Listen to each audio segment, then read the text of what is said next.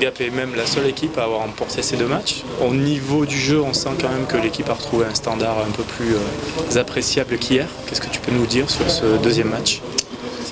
Je trouve qu'on a retrouvé notre identité, notre jeu, voilà, tout simplement. On en a parlé hier soir après le match, on n'était pas très heureux. Ce matin, on en a reparlé, on a fait une longue séance vidéo, on n'a pas été sur la glace. J'ai gardé les gars au repos, je pensais que j'ai senti qu'hier, on n'avait pas beaucoup d'énergie, donc on a préféré pas s'entraîner ce matin.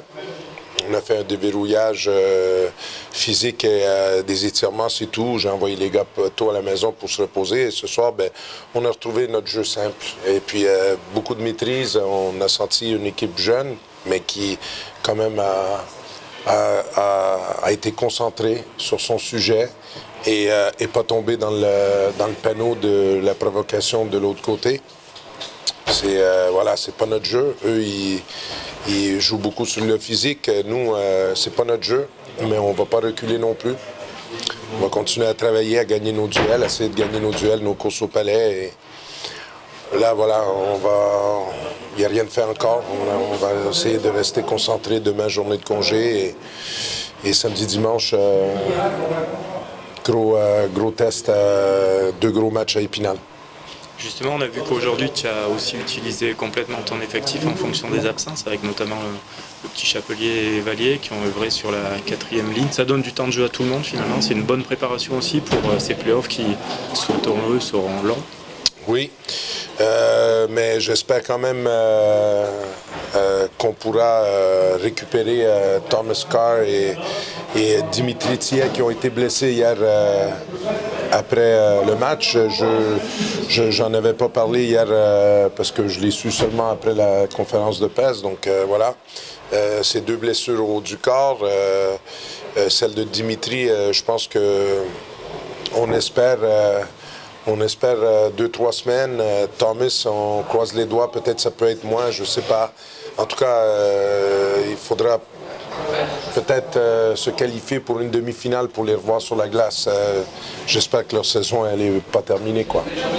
Il va falloir aller jouer à Épinal, on connaît l'ambiance là-haut, c'est toujours des matchs particuliers. Et en plus, comme tu le disais tout à l'heure, c'est une équipe qui propose aussi des choses un petit peu agressives parfois. C'est difficile de jouer à 100% en gardant un œil derrière soi pour voir si un mauvais coup arrive. Moi, voilà, si chacun sa tasse de café, là, moi j'apprécie pas parce que je trouve que c'est pas très ambitieux comme jeu. Je trouve que, voilà, on regarde, c'est une équipe qui a une masse salariale supérieure à Gap et puis ça joue pas au hockey. Après, il faut être certain que les arbitres nous protègent. Il y a eu un incident avec Scalzo et Crignon où voilà, j'ai perdu un peu patience parce que c'est que de la provoque. Il faut siffler ça, il faut arrêter ça, leur coller des 10 minutes s'il le faut de mauvaise conduite parce que tu vois qu'ils cherchent ça. Et puis on avait eu déjà le problème à Épinal où l'arbitre est venu nous voir. Oui, mais je ne peux pas siffler quelque chose avant qu'il le fasse.